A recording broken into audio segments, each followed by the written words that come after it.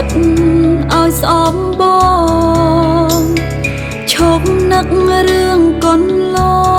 ងលែងចាំចងយកឈ្នះចិត្តស៊ូគិតងាយដូចបោជេទឹកភ្នែកបែកចេះតែហូរបេះដូងមិនព្រមបដូរតួបងក្បត់ហើយហេតុអ្វីអូនធ្វើមិនបានខលមកលេងអូនផងពេលបងមិននៅក្បែរគេ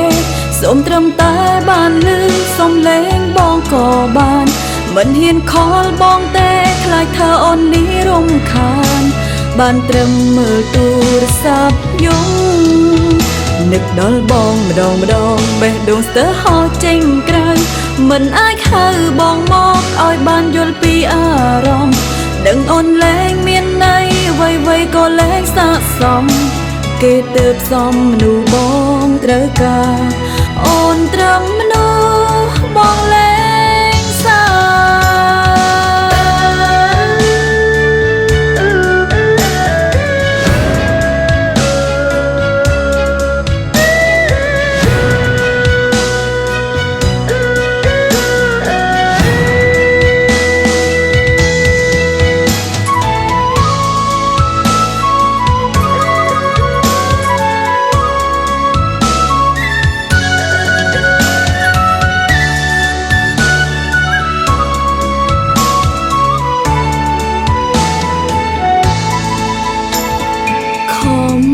កប់អតីត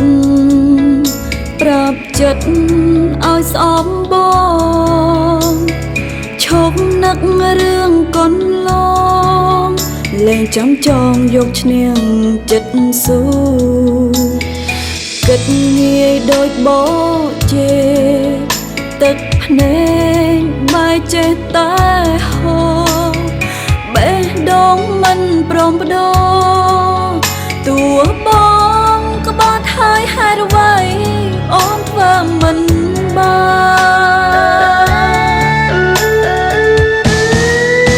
ខលមកលេងអូនផងពេលបងមិននៅក្បែរគេសូមត្រឹមតែបានឮសំឡេងបងក៏បានមិនហ៊ានខលបងទេខ្លាចថាអូននេះរំខានបានត្រឹមមើលទូរស័ព្ទយំនឹកដល់បងម្ដងបេះដូងស្ទើរហោះចេញក្រៅមិនអាចហៅបងមកឲ្យបានយល់ពីអារម្មណ៍ដឹងអូនលែងមានន័យអ្វីក៏លែងស័ក្តិសម